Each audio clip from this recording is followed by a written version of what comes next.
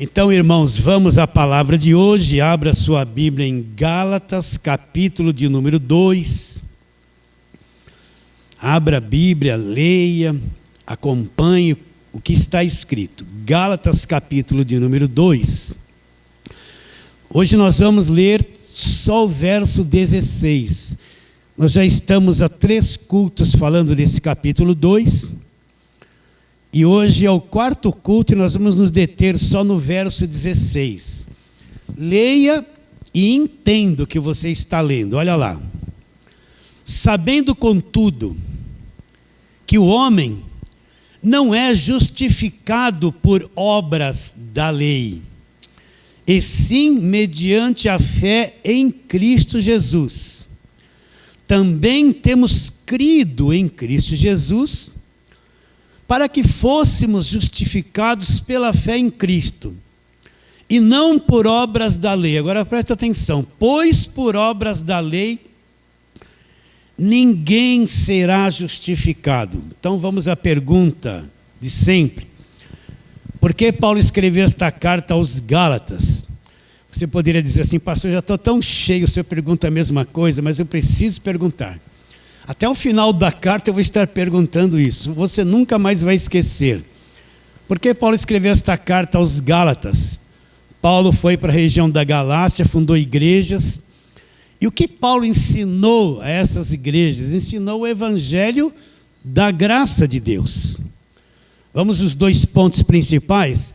Efésios 2:8. Porque pela graça sois salvos, mediante a fé.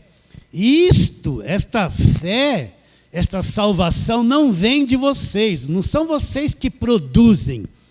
É um dom de Deus, não vem de obras. Isso significa que não existe nada que o homem possa fazer que lhe dê condições de salvação. Não vem de obras para que ninguém se glorie. O que Paulo está dizendo? Que a salvação é um dom de Deus. E a fé que um dia você teve no coração, brotou dentro de você, foi Deus que fez brotar esta fé dentro de você. É um dom de Deus.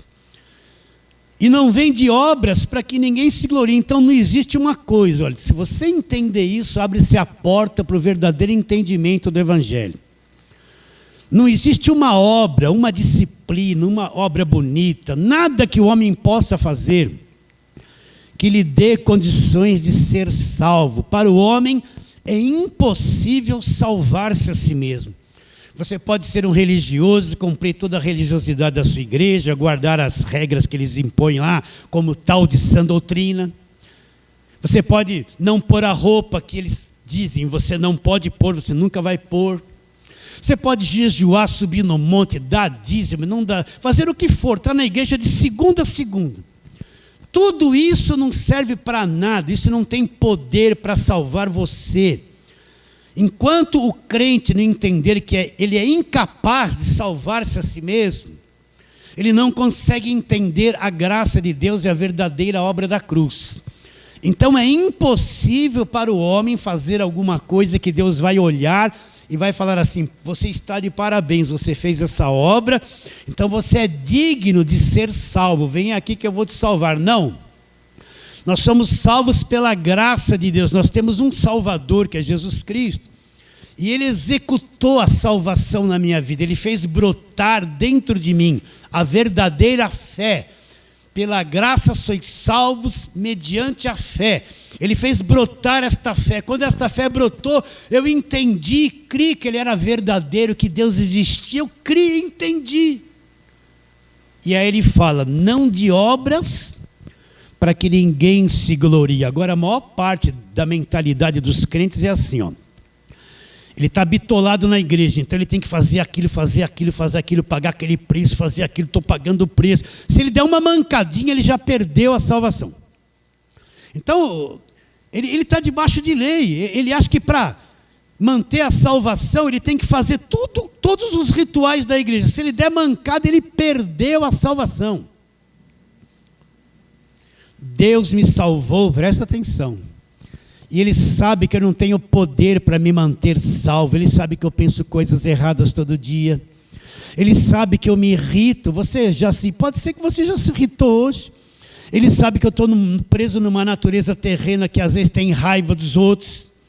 Ele sabe que eu tenho uma língua, que eu sou santo na igreja, mas fora da igreja eu falo mal de todo mundo. Então eu vivo perdendo a salvação o tempo todo. Então ele sabe que eu não tenho poder de manter a salvação. Então, pastor, eu vou fazer tudo de errado. Não, você tem que fazer tudo que é certo. Quanto mais certo você tiver a tua vida, melhor. Mas você sempre vai falhar e você não tem poder de manter a sua salvação. Deus não falou assim, ó, eu vou te salvar, agora se vira, hein? Jejua muito, ora muito, faz isso, faz aquilo, vai sempre na igreja. Se você der uma mancada dessa, você perdeu. Não. Deus te salvou e mantém você salvo. Ele sempre vai manter dentro do seu espírito uma luz acesa que ama, que o ama, que acredita nele, mesmo no meio da maior fraqueza sua. Ele sempre vai manter uma fé, uma coisa viva dentro de você para não abandoná-lo, mesmo que você erre o dia inteiro. Ele te salvou e mantém você salvo. Você acredita nisso? Porque ele sabe que você não tem poder para manter a salvação. Agora você já descobriu isso? Você está se matando para continuar sendo salvo. E você se sente perdido porque você falha todo dia, porque não entendeu a graça de Deus. E que outra coisa mais aparece na graça de Deus? Romanos 8,31, aquele que não poupou ao seu próprio filho, antes por todos nós o entregou, como não nos dará juntamente com o filho gratuitamente todas as coisas? Então tudo da parte de Deus para o homem é dado gratuitamente, não tem custo, eu não compro Deus. Deus não se move pelo dinheiro, Deus não se move por dízimo, Deus não se move por ofertas. Deus não é um Deus de barganha que olha para mim e fala, o que você tem que me dar? Paga o preço aí, se você não pagar o preço, eu não vou te abençoar. Né? Então, vem essas conversas, você tem que dar o teu melhor, você tem que sacrificar, você tem que fazer isso para Deus. Uma cobrança atrás de cobrança, como se Deus fosse um Deus da barganha, que ele só gosta de quem dá as coisas para ele. Se eu der o dinheiro para ele, ele vai gostar. Eu compro ele com o dinheiro. Então você vai encontrar muitos apelos na igreja. Você tem que dar uma oferta grande, dar tudo que tem, paga o preço, tudo tem um custo. É o Deus da barganha, é o Deus da mentalidade da velha aliança. Porque na velha aliança tudo tinha um custo. Na graça de Deus tudo é de graça. Então Deus não se move, meus irmãos, por coisas que eu dou para ele, aí ele avalia, bom, eu vou abençoar esse aqui, porque esse aqui deu mais. Aquele ali deu um pouquinho. Espere ele se arrepender e dar mais, aí eu vou pensar em olhar para ele. Porque na maior parte da mentalidade das pessoas é assim, ó, Deus só faz alguma coisa para mim se eu pagar um preço para ele. Se eu fizer o que ele quer, se eu pagar o custo que ele está me pedindo. Não. Isso é o falso evangelho que aprisiona a mente das pessoas, que escraviza as pessoas. Deus em Cristo me dá todas as coisas gratuitamente. Deus não é o Deus de troca, não é o Deus de barganha. Para me abençoar, Deus não depende de coisas que eu dê para Ele. Ele só quer que eu acredite e nada mais. É os dois pilares da graça de Deus. Então Paulo ensinou isso para os Gálatas. O que aconteceu depois? Paulo se ausentou, vieram o pessoal da lei, os guardadores da lei, os praticantes do Velho Testamento. Aqueles que não entendem que a velha aliança acabou na cruz. Eu tenho que falar isso muito. A velha aliança, todos aqueles rituais do judaísmo, porque a velha aliança é a história do povo judeu, é religião do povo judeu. Era a aliança de Deus com o povo judeu. Nós, gentios, não tínhamos participação nisso. Então, quando Cristo vem, ele cumpriu o judaísmo, cumpriu a lei. Ele vai para a cruz, ele é o sacrifício perfeito, ele vai ser o último sacrifício da lei. Quando ele morre na cruz, diz, está consumado, acabou a velha aliança, acabou o judaísmo. Daí para frente começa o evangelho da graça de Deus.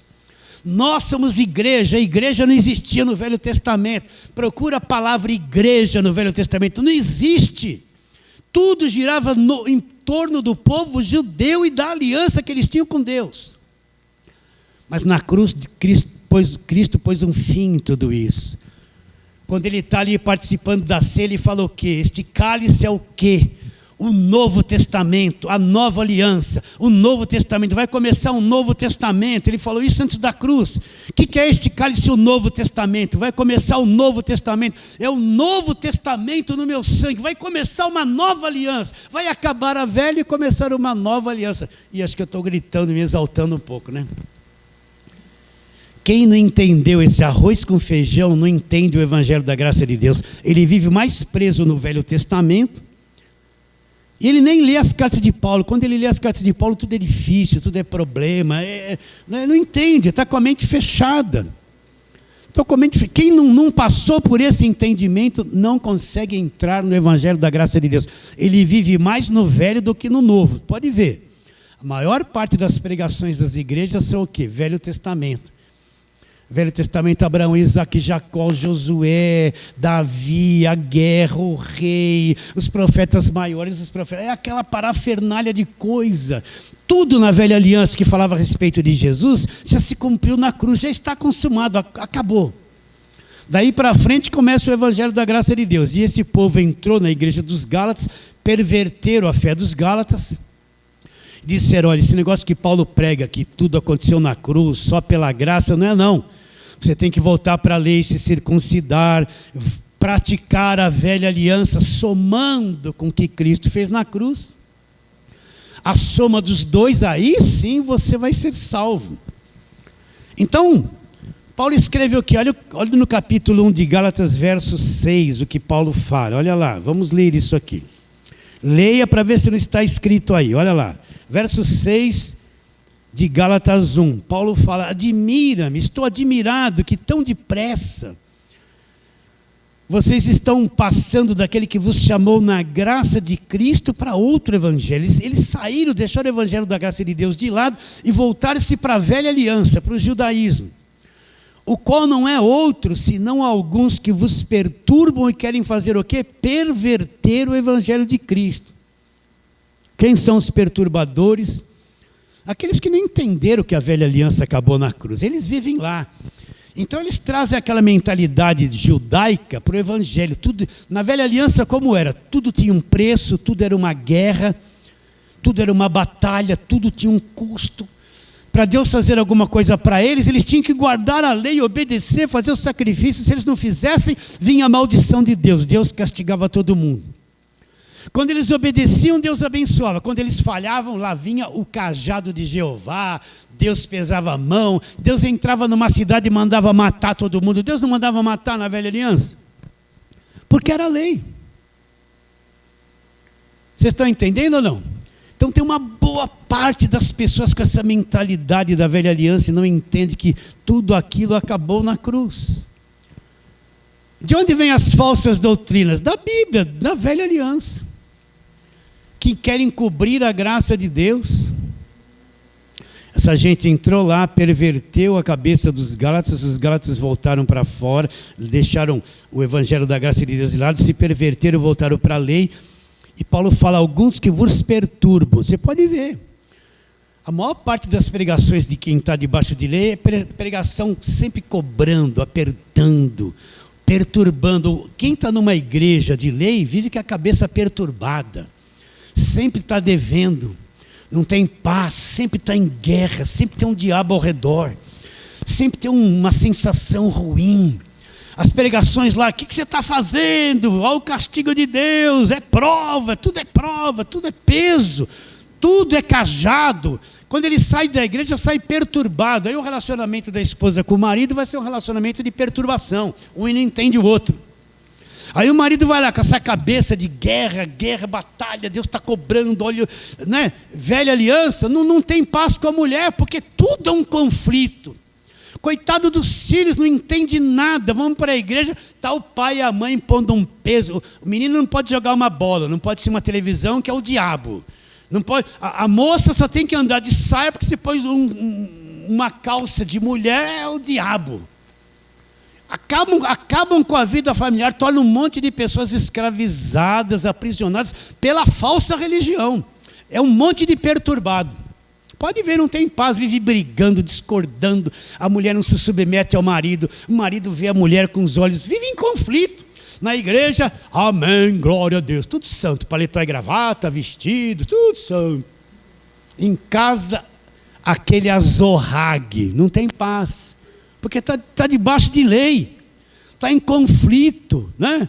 Na igreja, religioso, paletó e gravata, amém, irmão, amém, glória a Deus, glória a Deus. Chega em casa, a víbora aparece. Vocês estão dando risada porque você sabe que é assim. Você sabe que é assim, vocês já viveram isso.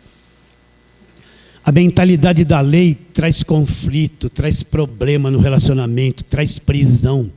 E foi isso que aconteceu com os Gálatas. E os Gálatas falam: alguns que vos perturbam, querem perverter o evangelho de Cristo. Mas ainda que nós, ou mesmo um anjo vindo do céu, vos pregue evangelho que vai além do que temos pregado, seja o quê? Anátema, seja maldito.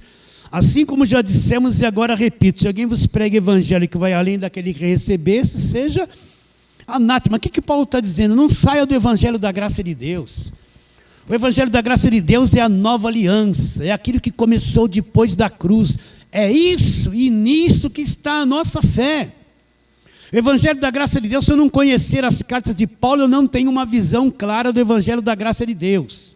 Eu vou ficar só em Mateus, Marcos, Lucas e João. Jesus cura da doença, Jesus cura a oferta da viúva pobre, ele deu vista ao cego, receba, irmã, é hoje que você vai ver, receba. Olha lá, a mulher tocou nele, hoje levanta a mão, toca nas vestes de Jeová, é hoje que você vai receber o milagre. E fica a vida toda nessa baboseira e não sai disso. Não sai disso. Olha, irmão, o espírito imundo sai do homem, anda por lugares áridos, procurando repouso, aí não encontra, aí vai dizer assim: ai, voltarei para a casa de onde saí. Aí ele volta, encontra a casa varrida, limpa e adornada, e traz outros 7 espíritos piores que ele. O estado daquela pessoa fica pior do que era. Isso é para crente. Crente não é casa vazia. Aquilo ele está falando para aqueles judeus que falava que ele tinha espírito de Beelzebu. O crente não é casa vazia, o crente é cheio de Espírito Santo. Que casa vazia, que traz outros 7 espíritos piores. No crente, não. Ele é salvo, é livre, está com medo disso, mas quem está debaixo de lei, a cabeça é um tormento, ele acredita nisso. Meu Deus, estou fugindo aqui, né? Então Paulo falou: olha, se vier alguém pregando coisa que no evangelho da graça de Deus, o que eu tenho que fazer? Seja anátema. Aí nós chegamos nesse capítulo 2, verso 16. Nós vamos falar essa coisa linda aqui, olha, verso 16, vamos ler. Olha aí a tua Bíblia. Sabendo contudo que o homem não é justificado por obras da lei. Olha aqui, velha aliança não justifica o homem. Eu preciso saber, sabendo contudo, que o homem não é justificado por obras da lei. E sim, como que ele é justificado? Mediante a fé em Jesus Cristo. Também temos crido em Cristo Jesus, para que fôssemos justificados pela fé em Cristo, e não por obras da lei. Pois por obras da lei, olha lá, ninguém será justificado. Então, para mim ter clareza do que Paulo está dizendo, você aqui já pode me dar uma aula sobre justificação, mas na internet não. Então, o que é ser uma pessoa justificada? Olha, vamos falar que nem para uma classe de crianças. Vou dar a mesma ilustração que já dei 5.000 vezes aqui. Uma pessoa devia R$1 milhão, não tem com o que pagar. Ela é devedora, o credor chega para ela, me paga. Ela fala assim: não tenho condições de pagar. Então vou jogar você na cadeia, pesa uma sentença sobre você, você deve, não vai pagar, vai morrer na cadeia aprisionado o resto da sua vida.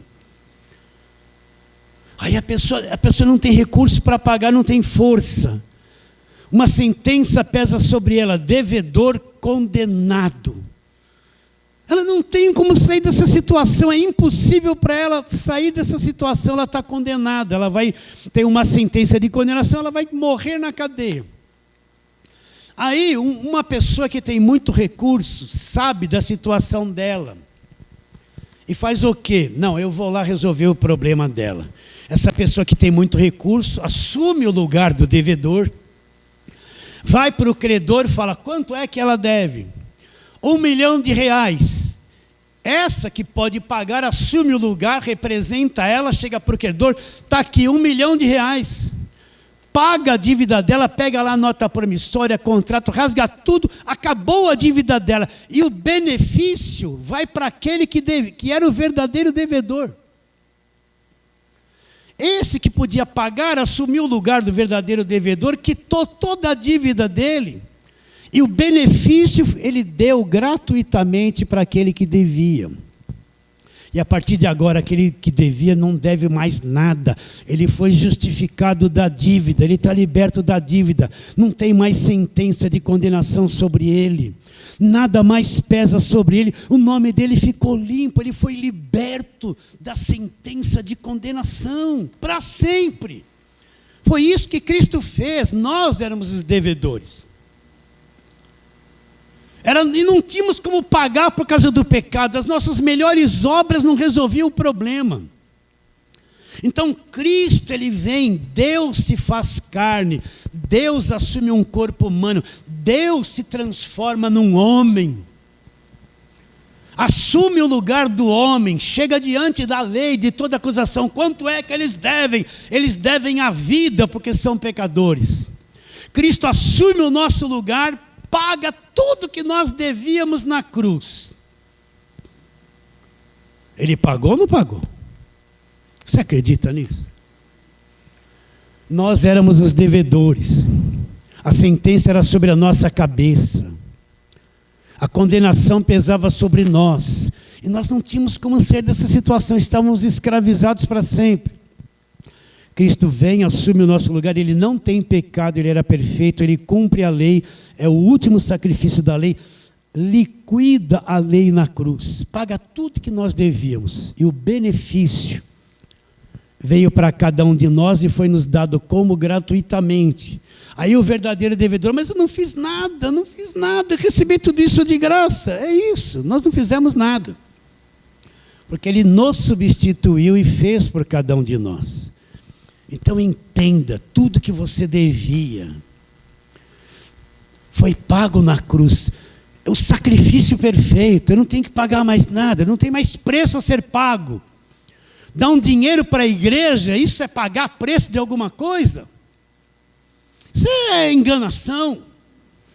Eu fiquei sem comer 2 dias, fiz um santo jejum. Santo para você, para Deus é tolice, porque isso não resolve o problema da tua culpa. O que resolveu foi o que ele fez na cruz.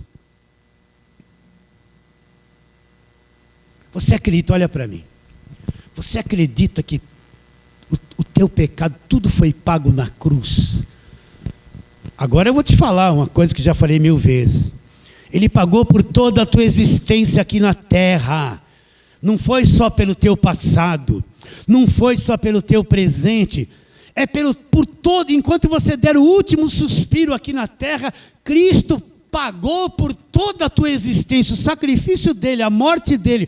O sangue é uma coisa tão poderosa, tão gigantesca, tão perfeita, tão sobrenatural, tão grandiosa, que pagou por toda a tua existência aqui na terra, está pago. Quem acredita nisso?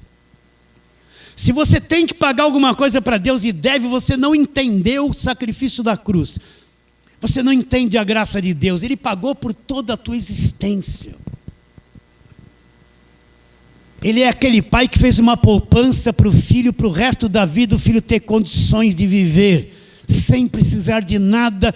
O pai proveu tudo. Então Cristo pagou por toda a nossa existência.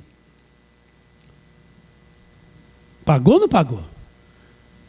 Sim, isso não foi o sacrifício, foi uma falácia, é um engano. Se o sacrifício dele não foi perfeito e eu tenho que pagar alguma coisa, então ele falhou. Eu vou jogar a Bíblia fora, não serve para nada. Ele pagou por tudo e me justificou.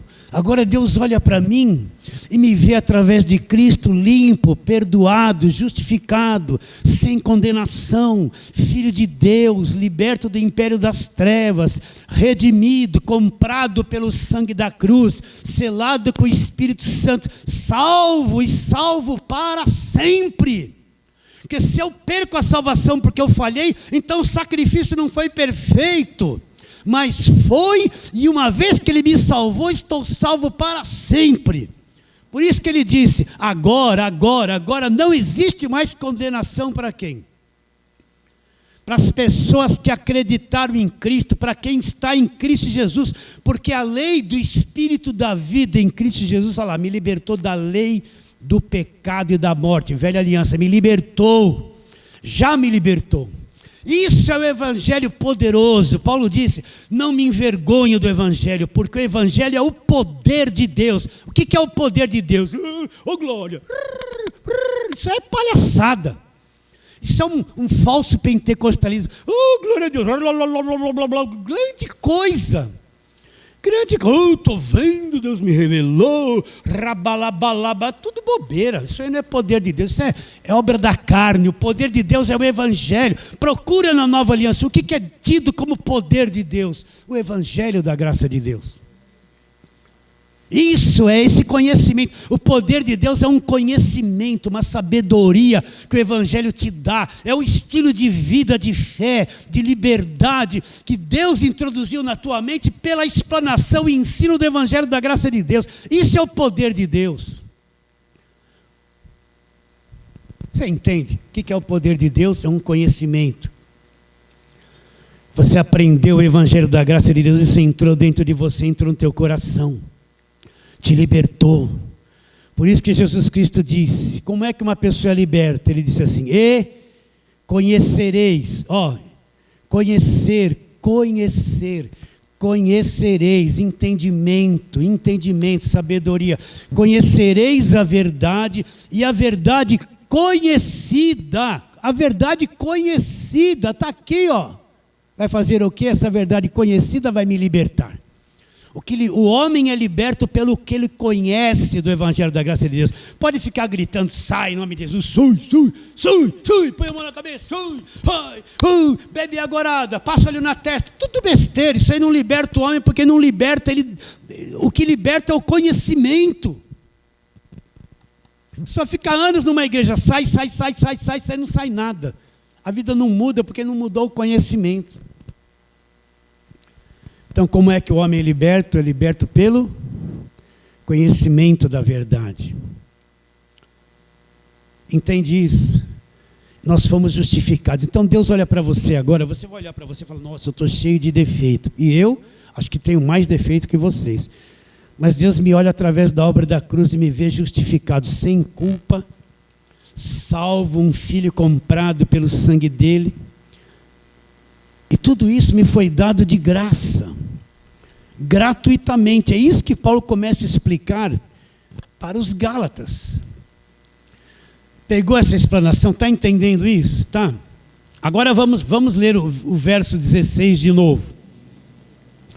Gálatas 2,16. Olha, eu tenho que saber, sabendo contudo, que o homem ele não alcançou essas coisas por praticar obras da lei. Ele não alcançou essas coisas por praticar a velha aliança, fazer os sacrifícios, acompanhar tudo aquilo que era judaísmo. Sabendo, contudo, que o homem não é justificado por obras da lei. Como é, Paulo, que o homem é justificado? E sim, mediante a fé em Jesus Cristo. Aí ele diz, também temos crido em Cristo Jesus, para que fôssemos justificados pela fé em Cristo, e não por obras da lei, pois por obras da lei, ninguém será justificado. Então você pode perguntar, mas pastor, então quer dizer que eu posso fazer 1001 obras boas? Isso não serve para me justificar? Não. Você não se justifica a si mesmo. Cristo te justificou por aquilo que Ele fez na cruz e te isentou de culpa, te isentou de condenação, te libertou do império das trevas, te justificou, te redimiu, te comprou com o sangue dele. Você é um redimido, liberto da escravidão, salvo para sempre. O evangelho é o poder de Deus. Então, pastor, eu não tenho força para me justificar? Não, nenhuma obra que eu venha praticar me dá condição de ser justo diante de Deus. Lembra o fariseu e o publicano, lembra? O fariseu chegava foram no templo orar, o fariseu orava assim: graças te dou, Senhor, porque eu não sou como os demais homens. Eu jejuo 2 vezes por semana, dou o dízimo de tudo quanto tenho. Aí olhou o publicano, estava lá batendo no peito, lá, um que não era religioso nem nada. E não sou nem como esse publicano. Ele se achava muito melhor, porque ele jejuava, ele dava dízimo, ele estava orando dele para ele mesmo. E o publicano batia no peito e falava assim: ser propício a mim, pecador, não tenho nada de bom. Aí Jesus Cristo disse: olha, esse fariseu não foi justificado. Quem foi justificado foi esse que não apresentava nada. Porque todo aquele que se exalta será humilhado, quem se humilha será exaltado. Então, esse fariseu é um tipo de guardador da lei. Eu guardo, eu sou santo, eu fiz uma obra, eu fiz jejum, eu dei o dízimo, eu se achava melhor do que aquele que não tinha nada, mas aquele que não tinha nada estava sendo justificado, e ele não. Vocês entendem isso? Então presta atenção, meu irmão. Hoje nós somos justificados por Jesus Cristo, estamos isentos de culpa, Ele nos inocentou.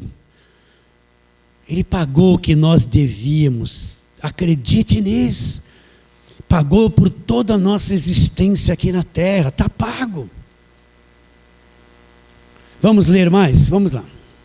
Então vamos para a carta de Paulo aos Romanos agora. Romanos capítulo de número 3, Romanos 3, Paulo vai explicar isso, explicar muito bem. Romanos 3. Vamos ler lá a partir do verso 31 com calma. Romanos 3, eu falei 31 ou 21? 21. Romanos 3, 21. Abra aí a Bíblia, eu espero. Romanos 3, 21, olha lá. Mas agora, presta atenção, ó. Mas agora lá, sem o quê? Sem lei, sem velha aliança. Manifestou a justiça de Deus, ela testemunhada pela lei e pelos profetas. Justiça de Deus mediante a fé em Jesus Cristo para todos e sobre todos os que acreditam. É uma questão de fé. Porque não há distinção. Aí ele mostra no verso 23 a condição de todos os homens, olha lá, porque todos pecaram e carecem da glória de Deus. O que Paulo está dizendo? Todos estão estragados. Toda a raça humana é estragada, é pervertida, é viciada no pecado, está num corpo de carne atrofiado e que só pende para o pecado. Todos pecaram, estão destituídos da glória de Deus. Então ele diz assim: a justiça de Deus mediante a fé em Jesus Cristo para todos os, sobre todos os que creem, porque não há distinção. Ele mostra a condição de todo homem, todos estão estragados, sendo lá justificados gratuitamente por sua graça. Como que nós somos justificados? De graça, gratuitamente por sua graça, mediante a redenção que existe aonde? Na lei não, em Cristo Jesus, a quem Deus propôs no seu sangue, olha o sangue aqui, como propiciação, mediante a fé, para manifestar a sua justiça, por ter Deus, na sua tolerância, deixado sem punição os pecados anteriormente cometidos, tendo em vista a manifestação da sua justiça no tempo presente, para Ele mesmo ser o justo e o justificador daquele que tem fé em Jesus.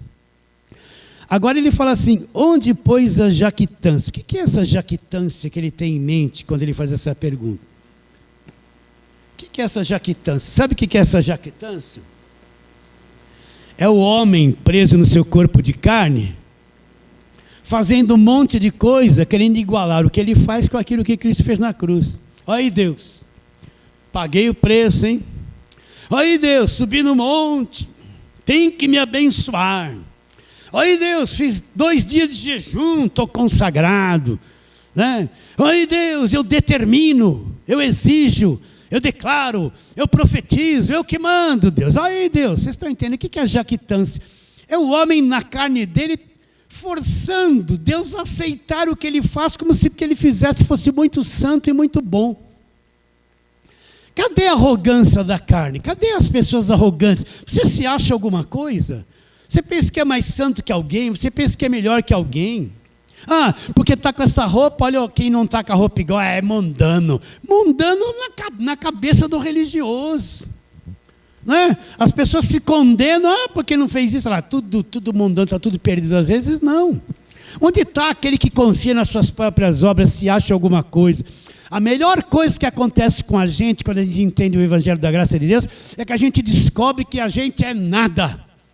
Que nós somos defeituosos, pervertidos, e se Deus nos soltar, a gente vai fazer um monte de coisa errada no minuto seguinte.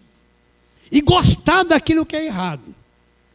Uma das coisas que o Evangelho da Graça de Deus cria em nós é o entendimento que nós não somos nada, que nós somos incapazes de ser salvos, incapazes de um monte de coisa, incapazes de ser salvos e sermos libertos por nós mesmos.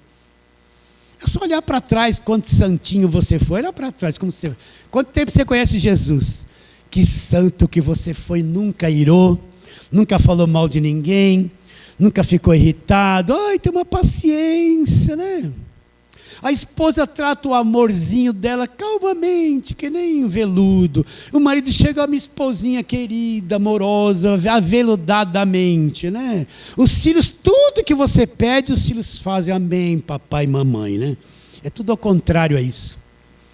Um monte de gente virada, filhos que não obedecem, esposa que vira a cara e vira... não vou falar outra coisa. Marido, tudo uma confusão geral, e tudo lá, dando glória, vai dando glória, irmão. Então uma das coisas que a graça de Deus faz a gente entender é que nós somos defeituosos, falhos. Nós erramos todos os dias, somos imperfeitos. Não somos melhores que ninguém, a gente aprende a compreender as pessoas. E principalmente, que Deus nos justificou. Estamos isentos de culpa e não estamos mais debaixo de condenação. Onde está a arrogância da carne? Coitado daqueles que se acham alguma coisa.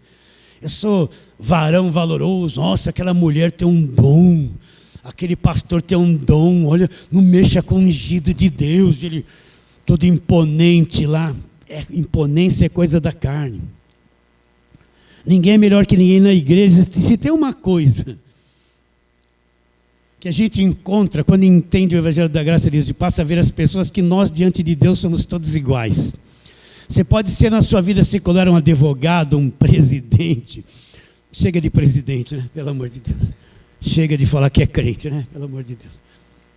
Você pode ser lá um artista, mas quando você está na igreja, você é igual a todo mundo. Porque Deus não olha o que você é no mundo, Ele olha o que você é no espírito. Nós somos todos iguais e ninguém é melhor que ninguém.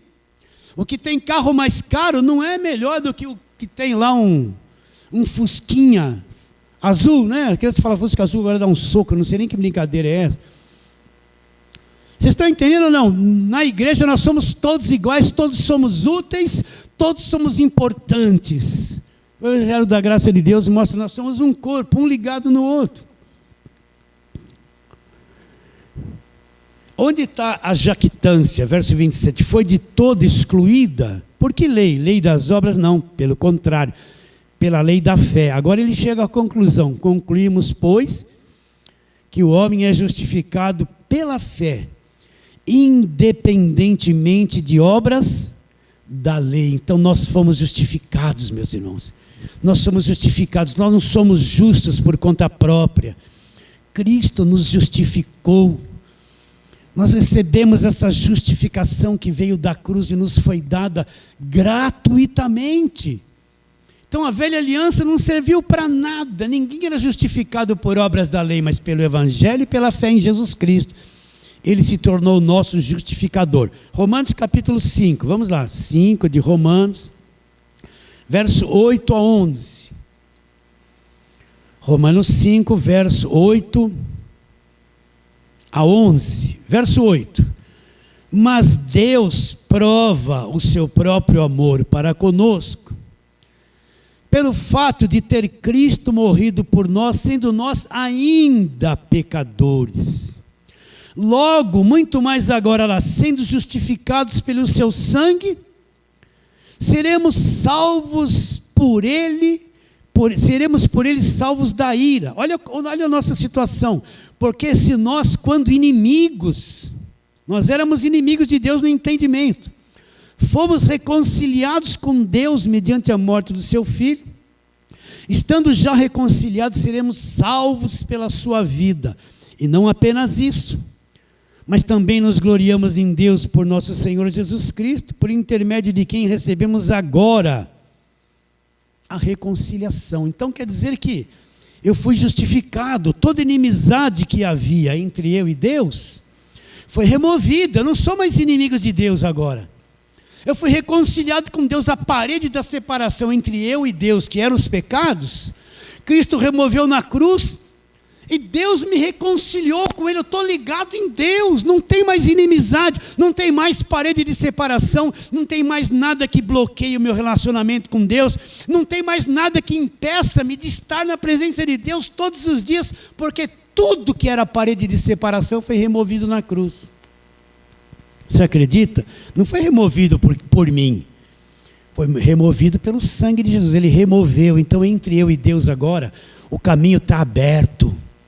É um caminho novo de relacionamento com Deus.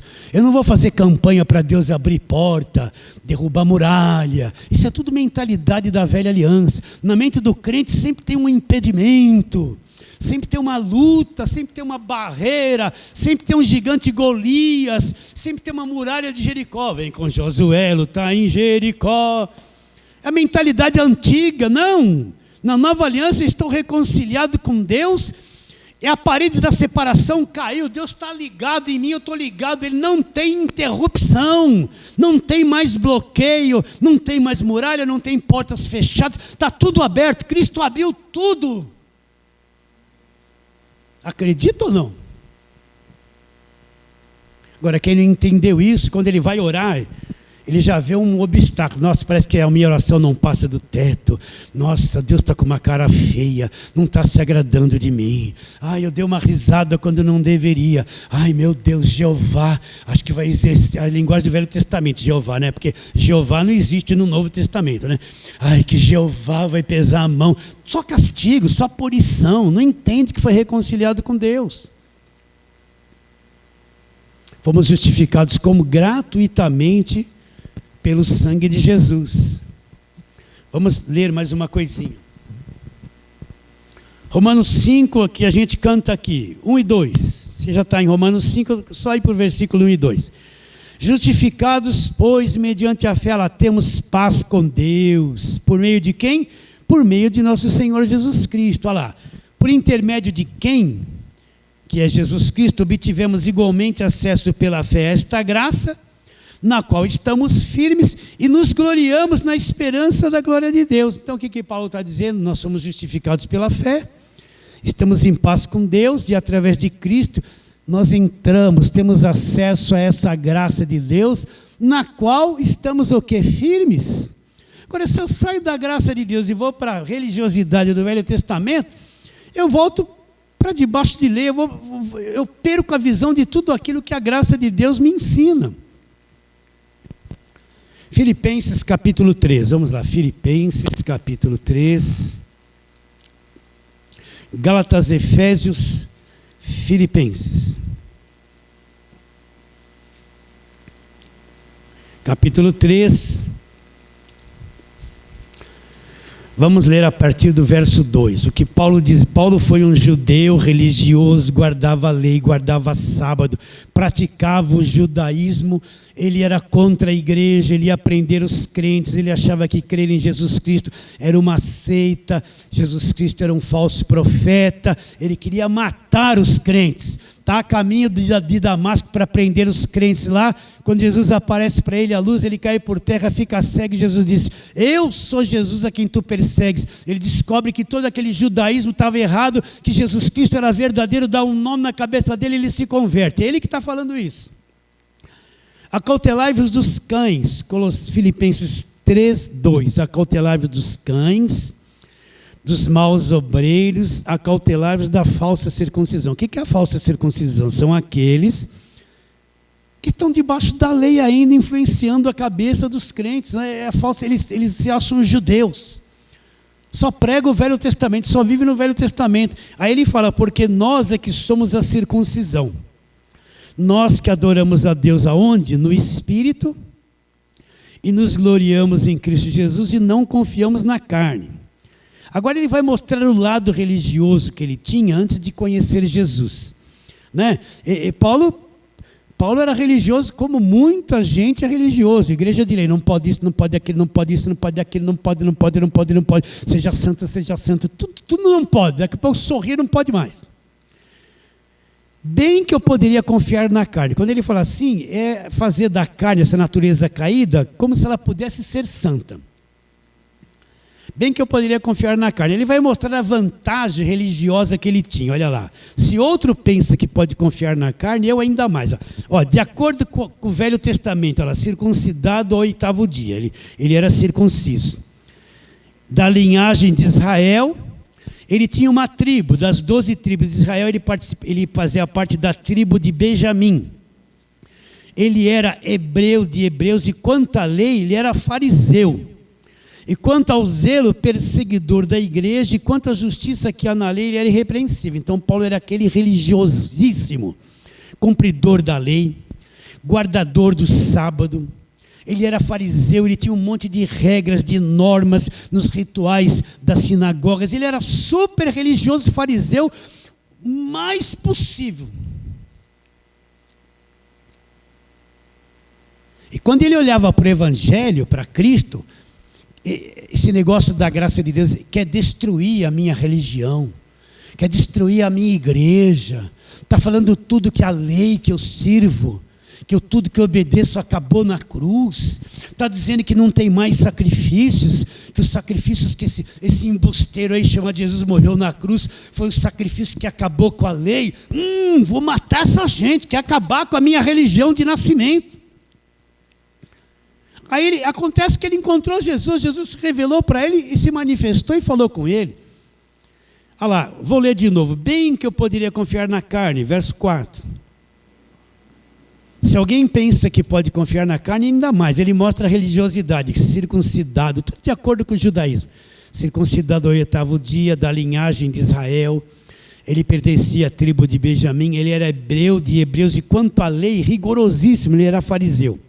Quanto ao zelo, ele perseguia a igreja, e a justiça da lei, ele era irrepreensível. Aí ele encontrou com Jesus, ele descobriu o quê? Essa é a grande descoberta. Que toda aquela religiosidade que ele participava, não justificava ele. Não dava acesso a Deus diretamente por aquilo que ele fazia. Ele descobriu que toda a sua religiosidade não servia para nada, comparando a graça de Deus e a pessoa de Jesus Cristo. Ele descobriu que toda aquela religiosidade dele havia acabado na cruz, que ele estava sendo um religioso somente perdido, nem salvo era.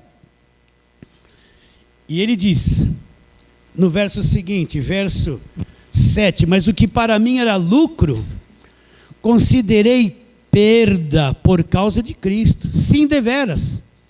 Considero tudo como perda por causa da sublimidade do conhecimento de Cristo Jesus, meu Senhor, por amor do qual perdi todas as coisas e a considero como esterco ou refúgio para ganhar a Cristo. Então, quando Paulo creu em Cristo e entendeu o Evangelho, ele viu que não dava para ser um servidor de Cristo no Evangelho da graça de Deus e ao mesmo tempo guardador da lei. Ele estava diante de uma decisão, ele teve que perder toda a religiosidade dele, toda a tradição, todo o judaísmo, ele teve que perder tudo aquilo que ele era desde nascimento, largar toda a religiosidade que ele tinha, para poder ganhar aquilo que Cristo dava gratuitamente para ele. E como é que ele considerava a religiosidade dele? Como esterco, como refúgio, como coisa que não valia nada. É a mesma coisa nos dias de hoje. A gente passa 10, 15, 20 anos dentro de uma igreja, cheio de jugo, cheio de cunha na cabeça. Quando começa a entender o evangelho da graça de Deus, você vai descobrindo, meu Deus, eu vivi debaixo de uma escravidão, de um monte de proibição, uma santidade falsa, que todo mundo era santo dentro da igreja. Fora, não era nada daquilo, ninguém conseguia aquele jugo todo. Aí quando você começa a entender o evangelho da graça de Deus, você vai ter que tomar uma decisão: ou eu largo tudo e abraço a verdade, ou eu vou ficar preso nisso aí, e não abraço a verdade do evangelho da graça de Deus. E quem está fora vai olhar para você, se você tiver coragem, olha lá, é um mundano, é um perdido, não vem mais na igreja, e vão falar que você está desviado, está desgraçado. Olha lá, não põe mais a roupa, olha lá, cortou o cabelo, olha lá, pintou as unhas, olha, passou um batom, sangue da Jezabel na boca.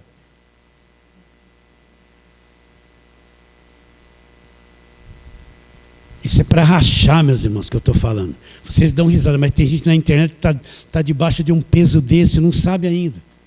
Está escravizado, não sabe ainda. Então Paulo teve que romper com a religiosidade dele para ganhar a Cristo. Quando ele entendeu a grandeza da graça, a sabedoria de Cristo, o que era o Evangelho, ele considerou toda aquela tradição dele como um refúgio, um esterco para ganhar a Cristo. Era incomparavelmente melhor do que tudo aquilo que ele fazia. Vamos ler de novo lá, já caminhando para o fim. Mas o que para mim era lucro, verso 7. Isso considerei perda por causa de Cristo. Sim, deveras, considero tudo como perda por causa da sublimidade do conhecimento de Cristo Jesus, meu Senhor, por amor do qual perdi lá todas as coisas e as considero como esterco, refúgio, para ganhar a Cristo. Agora olha o que ele diz: e ser achado em Cristo, não tendo justiça própria, que procede da lei, e sim a justiça que é mediante a fé, a justiça que procede de Deus. Então Paulo perdeu tudo, considerou tudo como perda, como refúgio, para ser achado em Cristo, não tendo justiça própria, baseado nas suas próprias obras. Ele queria que Deus olhasse para ele, encontrasse nele a justiça que veio da cruz. Você entende isso? É isso que vale, a justiça que vem da cruz. E qual é a justiça que vem da cruz? Que toda a minha dívida foi paga pelo Senhor Jesus. Ele me libertou de tudo, Ele pagou por toda a minha existência aqui na terra, quitou todos os meus pecados, me libertou, me justificou, me comprou com o seu próprio sangue, me mantém salvo e vai me levar salvo até o último minuto final desta vida aqui na terra, se Ele não voltar antes. E não há mais condenação para aquele que está em Cristo Jesus. Você entende essa linguagem? Não está tudo escrito aqui, ó. Eu estou inventando alguma coisa? Estou inventando? Não tá, nós não lemos os versos todos, eu estou inventando. É coisa da minha cabeça. Não, é o que tá, é o arroz com feijão que está escrito aqui. Então agora que eu sou justificado, como é que eu vou achar que estou preso no império das trevas, se o Evangelho diz que eu fui liberto do império das trevas?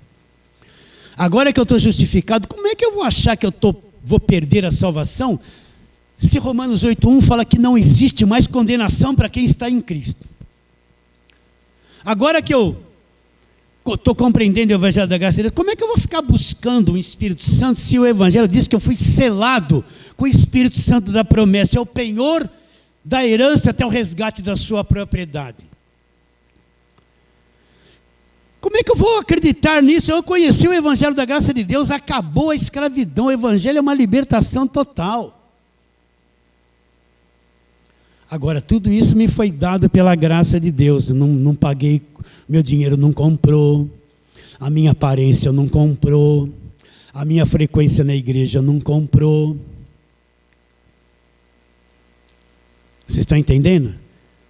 Não foi a a boa obra que eu fiz na igreja, que comprou, não foi porque eu dei comida para alguém debaixo da ponte que comprou. Isso não se compra. Essa justificação é dada como gratuitamente. Então, o justificado é uma pessoa livre, tem paz. É gostoso ser crente, não é? Não é gostoso? Acorda, liberto do império das trevas. Como é gostoso ser crente. Que coisa leve. O peso todo ele levou na cruz. Como é bom, eu creio. É bom, eu vou dar um sorriso para minha esposa. Ela está cheia de defeito e eu também. Os dois defeituosos têm paz um com o outro. Não é? Graça de Deus. Vamos voltar. Gálatas 2,16. Para terminarmos onde começamos. Gálatas 2,16.